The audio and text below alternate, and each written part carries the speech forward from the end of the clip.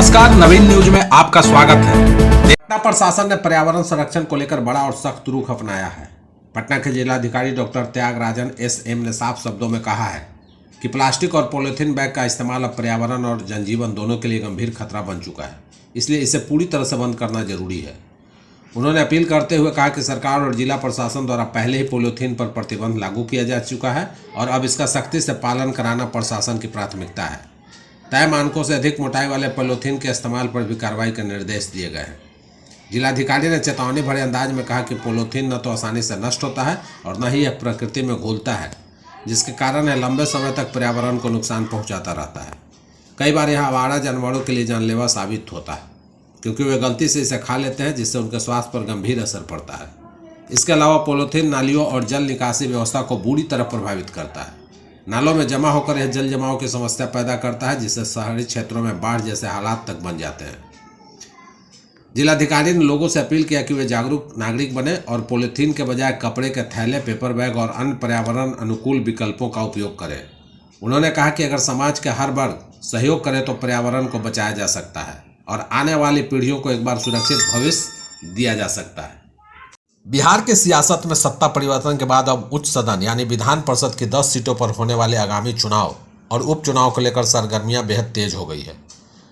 निर्वाचन आयोग की घोषणा के अनुसार बिहार विधान परिषद की इन 10 सीटों पर आगामी 18 जून को मतदान होना तय हुआ।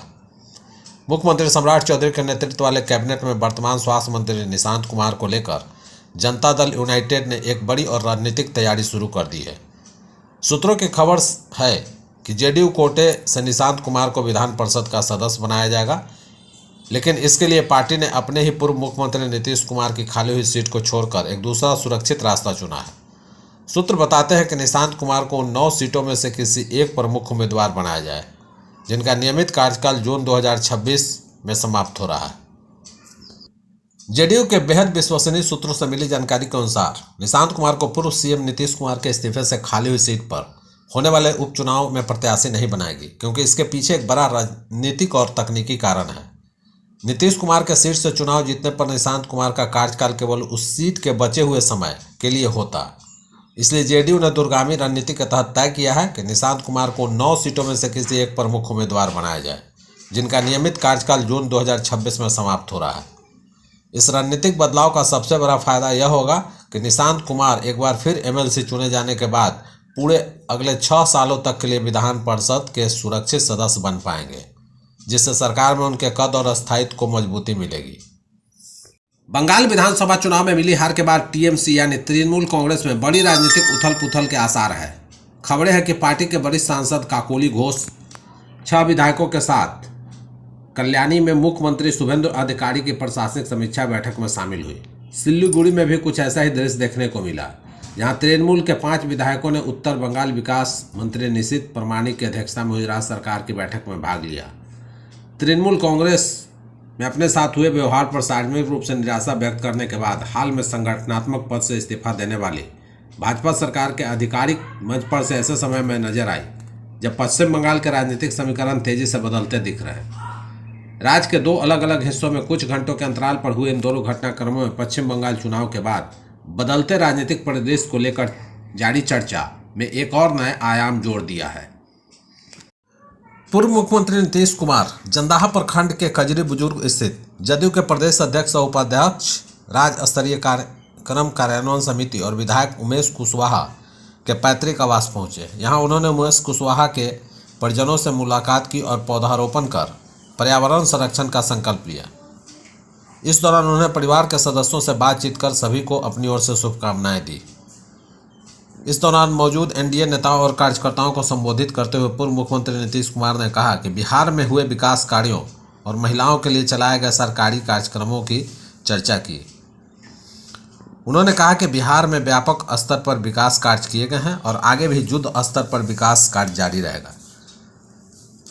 पूर्व मुख्यमंत्री ने उमेश कुशवाहा से कहा कि इधर उधर मत करिए, आपको 2 बार जेडीयू का प्रदेश अध्यक्ष बनाया गया है, आप बहुत आगे जाएंगे। पटना में आयोजित जनजातीय गरिमा उत्सव 2026 के तहत मुख्यमंत्री सम्राट चौधरी ने अनुसूचित जाति और अनुसूचित जनजाति के छात्र छात्राओं के लिए कई महत्वपूर्ण घोषणाएं की। मुख्यमंत्री सचिवालय स्थित संवाद सभागार में आयोजित कार्यक्रम में कहा कि सरकार समाज के कमजोर वर्गों के शैक्षणिक और आर्थिक विकास के लिए पूरी तरह से प्रतिबद्ध है। मुख्यमंत्री ने कहा कि Birsa lives in new Bharat के थीम के तहत पोस्ट मैट्रिक छात्रवृत्ति योजना का शुभारंभ ऐतिहासिक कदम है। उन्होंने भगवान बिरसा मुंडा को याद करते हुए कहा कि उन्होंने आदिवासी समाज के अधिकारों और सम्मान के लिए संघर्ष किया था। मुख्यमंत्री ने बताया कि राज्य सरकार द्वारा मैट्रिक छात्रवृत्ति योजना के तहत करीब 1,04,000 अनुसूचित जाति और जनजाति के छात्र छात्राओं को लाभ दिया गया है। इनमें 4,155 अनुसूचित जनजाति के छात्र छात्राएं शामिल हैं। प्रधानमंत्री नरेंद्र मोदी ने फरवरी में आयोजित इंडिया एआई इम्पैक्ट समिट के मंच से एआई के कारण नौकरी संकट पर दुनिया का डर दूर किया था। पीएम ने कहा था कि इतिहास हमें सिखाता है कि जब भी इनोवेशन होता है नए मौके सामने आते हैं। उन्होंने कहा था कि एआई भी कई नौकरियां लेकर आएगा। अब ओपन एआई के सीईओ सैम ऑल्टमैन भी इसी नतीजे पर पहुंच गए हैं। सैम ने कहा कि आर्टिफिशियल इंटेलिजेंस से नौकरियां पूरी तरह खत्म होने का कोई बड़ा खतरा नहीं है।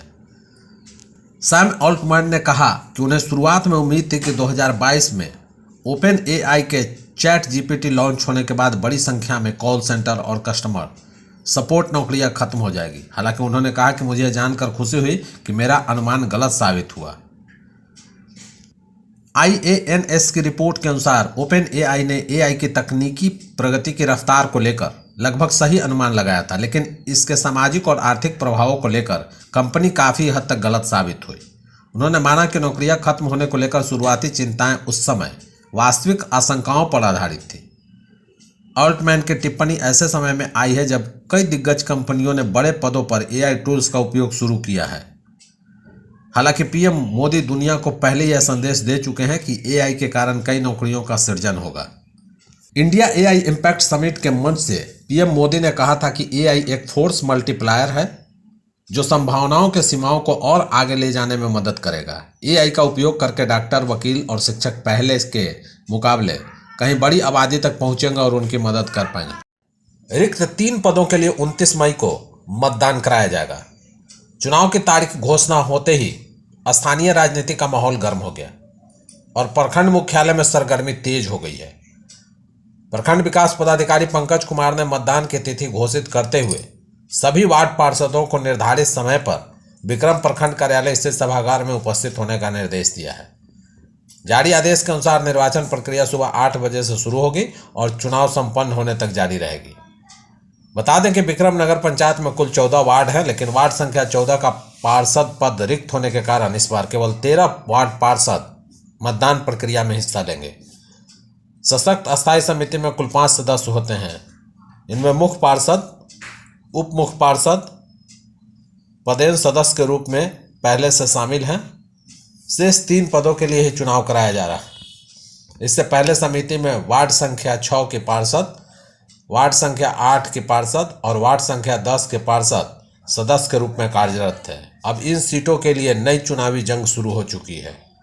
चुनाव की घोषणा के साथ ही नगर पंचायत की राजनीति में जोड़ तोड़ और समर्थन जुटाने की गतिविधियां तेज हो गई है। राजनीतिक गलियारों में पार्षदों को अपने पक्ष में करने के लिए विभिन्न खेमों द्वारा प्रयास किए जाने की चर्चा है। कई वार्ड पार्षद के अचानक भूमिगत होने की भी खबर सामने आ रही है। मौसम के 2 रंग देखने को मिल रही है। एक तरफ रिकॉर्ड तोड़ गर्मी तो दूसरी ओर आंधी बारिश से जनजीवन प्रभावित। बता दें कि कटिहार के प्राणपुर में 132.8 मिलीमीटर बारिश दर्ज की गई है। राज्य के अधिकतम तापमान में 4 डिग्री सेल्सियस तक की गिरावट दर्ज की गई है। इससे गर्मी से राहत मिली है। पटना में 3 दिनों तक बारिश के आसार हैं। मौसम विभाग ने जो पूर्वानुमान जारी किया है उसमें भी सूबे में मौसम के 2 रंग होंगे। दक्षिण पश्चिम भाग के 6 जिलों में मौसम शुष्क बने रहने के चलते भीषण गर्मी पड़ेगी, तो राज्य के बाकी हिस्सों में गरज चमक, तेज हवा और बारिश के आसार जताए गए हैं। प्रदेश के 24 जिलों में बारिश के आसार है। वहीं दक्षिण मध्य भाग के 8 जिलों में भी 1-2 स्थानों पर बारिश की संभावना है। दक्षिण पश्चिम भाग के 6 जिलों में मौसम शुष्क बना रहेगा। वैसे पटना में बुधवार को आसमान साफ रहेगा। गुरुवार से 3 दिनों तक जिले के 1 या 2 स्थानों पर गरज चमक के साथ बारिश के आसार है। इस दौरान ज़्यादातर जगहों पर बादल छाए रहेंगे। पटना में पिछले कई दिनों से पछुआ का प्रवाह जारी है।